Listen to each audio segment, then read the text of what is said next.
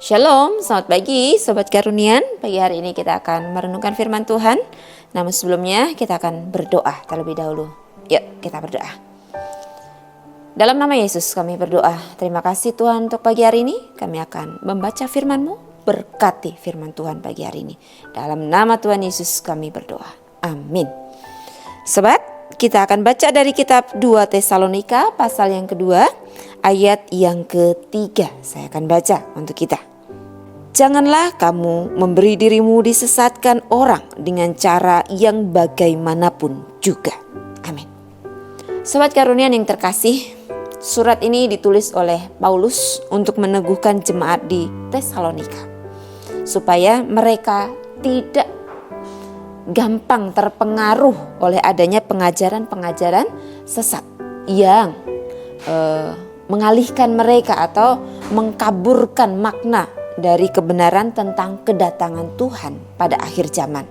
Ya, nah sobat, kalau kita perhatikan, ya, kita perhatikan situasi dan kondisi saat ini dengan adanya kemajuan perkembangan iptek, ya kan, ilmu teknologi.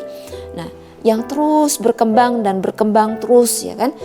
Ini telah membawa banyak perubahan-perubahan yang terjadi di semua bidang dan kalangan masyarakat, ya.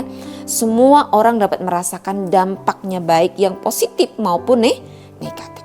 Nah, perkembangan ini jika dimanfaatkan dengan baik akan membangun, membawa keberhasilan, mempermudah setiap akses ataupun jaringan-jaringan yang kita inginkan. Namun ketika disalahgunakan maka ini akan merugikan diri sendiri dan juga orang lain, gitu ya.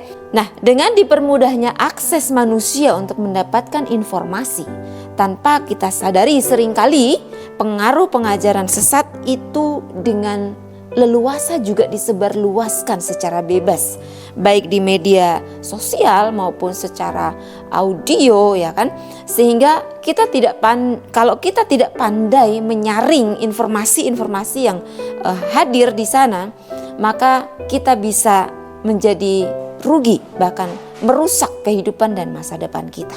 Nah, lalu bagaimana supaya kita tetap bisa waspada, ya, dan menang di atas pengaruh-pengaruh yang menyesatkan itu? Mari belajar dari teladan Tuhan Yesus. Ketika Tuhan Yesus dicobai di padang gurun, Yesus menang. Apa yang membuat dia menang?